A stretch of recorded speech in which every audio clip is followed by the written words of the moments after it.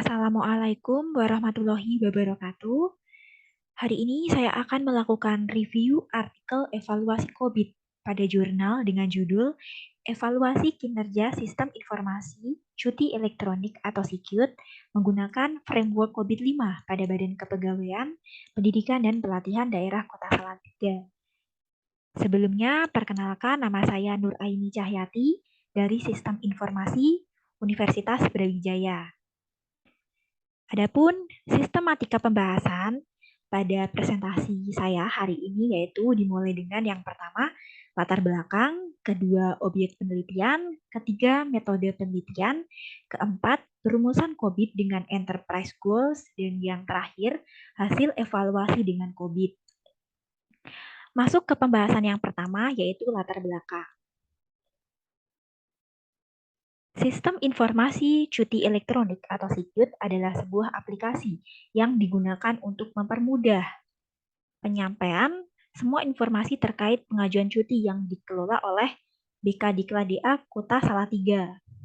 Nah, adanya aplikasi ini diharapkan semua informasi terkait cuti dapat diakses secara terbuka oleh semua PNS Salatiga dan pegawai yang akan mengajukan permohonan cuti dapat langsung mendaftar pada website aplikasi SIKYUT. Penerapan sistem informasi cuti elektronik atau SIKYUT pada BK-Diklat.DA Kota Salatiga masih terdapat permasalahan yaitu belum pernah dilakukan evaluasi kinerja sistem secara menyeluruh untuk mengetahui seberapa optimal sistem bekerja sesuai tujuan. Proses evaluasi hanya dilakukan jika sistem mengalami masalah atau trouble. COVID-5 dapat membantu menciptakan nilai yang optimal dalam mengukur kinerja sebuah sistem informasi pada perusahaan atau instansi. Penelitian ini berfokus pada satu domain yaitu MIA atau Monitor, Evaluate, and Access. Dipilihnya domain MIA karena memiliki tujuan untuk melakukan pengawasan, evaluasi, dan menilai segala proses yang berhubungan dengan manajemen TI. Tujuan penelitian ini adalah untuk mengevaluasi kinerja SIKYUT yang nantinya akan memberikan gambaran tentang capaian kinerja SIKYUT. Masuk ke pembahasan yang kedua yaitu objek penelitian. Nah, adapun objek pada penelitian ini yaitu pada Badan Kepegawaian, Pendidikan dan Pelatihan Daerah Kota Salatiga belum melakukan evaluasi kinerja sistem informasi secara menyeluruh untuk mengetahui seberapa optimal sistem bekerja sesuai tujuan karena evaluasi hanya dilakukan ketika sistem trouble. Masuk ke pembahasan yang ketiga yaitu metode penelitian. Nah, metode penelitian yang dipakai dalam penelitian adalah mixed method, yang merupakan gabungan antara metode kualitatif dan kuantitatif dengan teknik pengambilan data berupa wawancara dan kuesioner.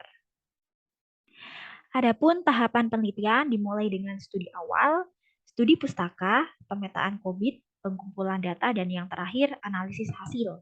Adapun penjelasan di setiap tahapan sebagai berikut. Dimulai dengan studi awal, yaitu menggali informasi untuk mendapatkan gambaran. Dilanjutkan dengan studi pustaka, yaitu mencari pengetahuan tentang COVID-5. Yang ketiga, pemetaan COVID. Pada tahap ini, dilakukan 5 proses, yaitu identifikasi tujuan bisnis SIKYUT, identifikasi enterprise goals, identifikasi IT-related goals, pemetaan enterprise goals to IT-related goals, dan identifikasi COVID-5 proses. Tahapan yang keempat yaitu pengumpulan data, dan yang terakhir analisis hasil. Pada tahap analisis hasil dilakukan analisis terhadap data hasil perhitungan kuesioner menggunakan proses capability model atau PCM untuk mengetahui tingkat kematangan SIKYUT dan nilai kesenjangan antara tingkat kematangan saat ini dan target yang diharapkan BK-Diklat.DA Kota Salatiga. Masuk ke pembahasan yang keempat yaitu perumusan COVID dengan enterprise goals. Dimulai dengan identifikasi tujuan SIKYUT, menentukan COVID-5 proses dengan mengidentifikasi tujuan bisnis dan sistem informasi cuti elektronik atau SIKYUT menggunakan 4 perspektif balance scorecard, yaitu finansial, customer, internal, learning, and growth. Nah, pada perspektif finansial, tujuan SIKYUT adalah mengurangi penggunaan kertas dalam proses pelaporan cuti. Pada perspektif customer, Tujuan Secute yaitu memberikan kemudahan dan mempercepat pelayanan cuti kepada PNS. Pada perspektif internal, tujuan Secute yaitu membantu mengoptimalkan beberapa proses internal seperti pengarsipan pengelola kepegawaian untuk menghitung TTP atau tunjangan tambahan penghasilan. Dan pada perspektif learning and growth, tujuan Secute yaitu meningkatkan kualitas SDM melalui pembelajaran terkait penggunaan Secute. Kedua yaitu identifikasi enterprise goals. Dalam menentukan enterprise goals, tujuan bisnis sistem informasi cuti elektronik atau Secute selanjutnya disesuaikan dengan enterprise goals pada COVID-5. Nah, berikut merupakan analisis keterhubungan tujuan Secute dengan enterprise goals COVID-5. Pada perspektif finansial, enterprise goal yang terpilih yaitu nomor 3, yaitu mengelola resiko bisnis atau pengamanan aset. Pada perspektif customer, enterprise goal yang terpilih yaitu nomor 7, kelangsungan dan ketersediaan layanan bisnis.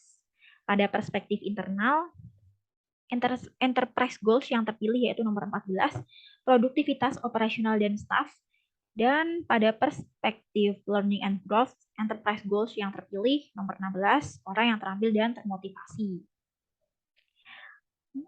Pada tahapan yang ketiga, dilakukan identifikasi IT-related goals. Nah, berdasarkan hasil analisis keterhubungan, kemudian akan ditentukan IT-related goals berdasarkan enterprise goals terpilih. Nah, berikut pada kode enterprise goal terpilih, yang pertama yaitu enterprise goal 3, IT-related goals yang terpilih yaitu 4, 10, dan 16. Pada enterprise goals 7, IT-related goals yang terpilih 4, 10, dan 14. Pada enterprise goals 14, IT-related goals terpilih yaitu 8 dan 16.